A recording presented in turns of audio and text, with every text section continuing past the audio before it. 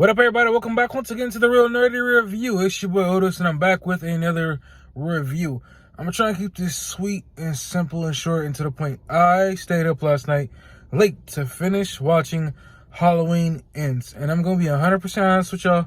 Yes, this is gonna contain spoilers. It's the reason in the description box below it says, well, not the description box, but in the title card below it says spoiler review. So basically, this movie, this movie is about four people. Oh shit, I forgot the character's name that fast. Corey, Allison, Michael Myers, and was it Laurie Strode, however you pronounce her name. And so basically this movie is picking up 4 years later after the last film. If you watched Halloween Kills, you know the story. In this movie, it starts off, there's this kid named Corey who's babysitting, not a kid, teenager named Corey, or a guy, whatever, babysitting this kid, and the kid goes missing when he goes into the kitchen to get something to drink. He comes back, stuff knocked over, he's looking for the kid, he sees the front doors open, he goes outside looking for him, he just goes around the house looking for him, and he sees a knife on the stairs. So he hears Corey upstairs, he goes upstairs, he thinks he's in his room. So he goes in a room, and the door is locked behind him. So then the parents of the kid are pulling up to the house. And the guy's like, cussing at the kid, telling him, let him out. And so he kicks the door hard as fuck. And the last thing he says, right when the parents come in, is, I'm going to kill you. And so he kicks the door, and it knocks the kid off his feet. And he falls 3 floors down to the ground, dead. My parents are screaming and they're hysterical, right? So then fast forward,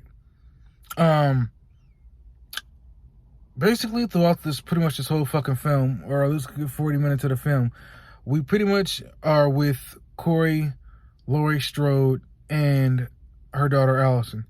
And you're seeing the impact that Michael had on this town.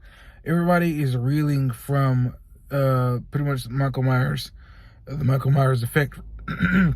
Excuse me, from what he did 3 years ago, or 4 years ago, I should say, terrorizing this town. And there's a moment in this movie where Laurie is in the store. She's talking to the cop from the last one. I forgot his name. He's out shopping. They're kind of flirting. She leaves. She got this big smile on her face, right? And this black lady approaches her, and she's like, I guess in so many words, what are you smiling for, and some shit like that. And she's like, this is my mom or whoever over here, and because of what you did to Michael, because you antagonized him or got on his nerves or some shit, or poked the bear, he went off on a rampage, and he killed her husband, and he stabbed her, so she can't talk anymore, and basically making her feel like shit, There's another scene in this film where Corey is getting picked on by these bullies, and it happens throughout this whole film, right?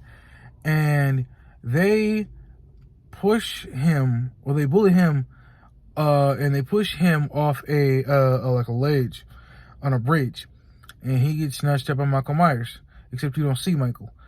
And then when he's trying to get away from Michael, Michael's got him up by his throat, and for some reason Michael all of a sudden starts seeing flashes of what Corey has been going through. Michael can see the flashes of what Corey has been going through, and somehow, some way, he possesses Corey, and Corey's just not pretty much acting like himself. He goes from being the scared guy to kind of being this macho, kind of not, he goes from being the scared guy to this macho, not scared guy throughout the film, and he's like just doing crazy shit.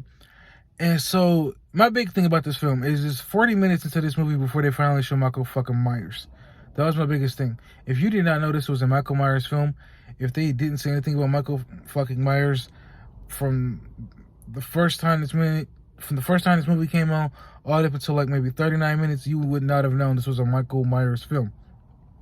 And so, Laurie again and her daughter are just reeling. They're going through the effects, of this town being pretty much fucked up by Michael from 3 or 4 years ago, right?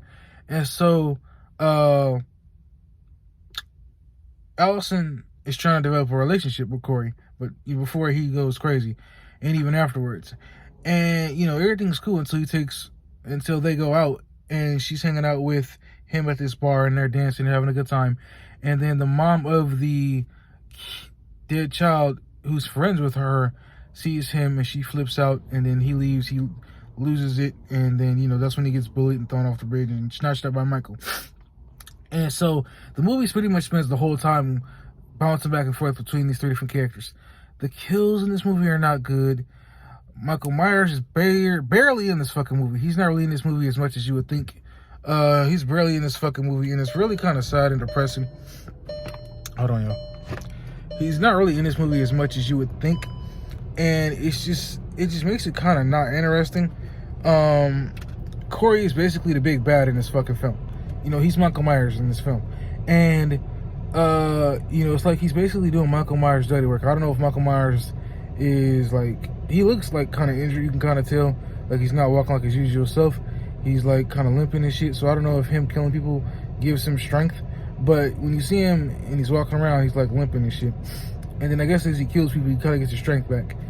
And again, throughout this film, it revolves around those four people. And the kills are not good, like I said. I'm trying to think if there's anything, main thing I'm missing about this fucking story. No, not really. It just revolves around these four characters. And again, Corey is the main guy who's the killer in this thing now. Michael is around, but he's not really doing anything. He's, from what it looks like, been hiding in the sewers for the past 4 fucking years. And so he's got Corey out there doing his dirty work, and he's twisting Allison around his finger. You know, he's poisoning her to like get her out of the city and let her know, like, look, there's nothing here for you. Forget your mom. Your mom doesn't want me around you. Even though her mom, Lori, is seeing through his bullshit. You know, she's like, look, there's something up with this guy. He has the same cool look as Michael has. You shouldn't trust him. But her daughter was like, look, because of you, all my family is gone. All my friends are gone. I can't trust you. And, you know, so then it comes down to him going to, it comes down to Corey going to Lorraine's house, right? And he's like trying to kill her. And so then he ends up getting shot because she made it seem like she was going to commit suicide, calls the cops, because she knew, I guess, eventually that Michael was going to come after her, or he was going to come after her. And then he ends up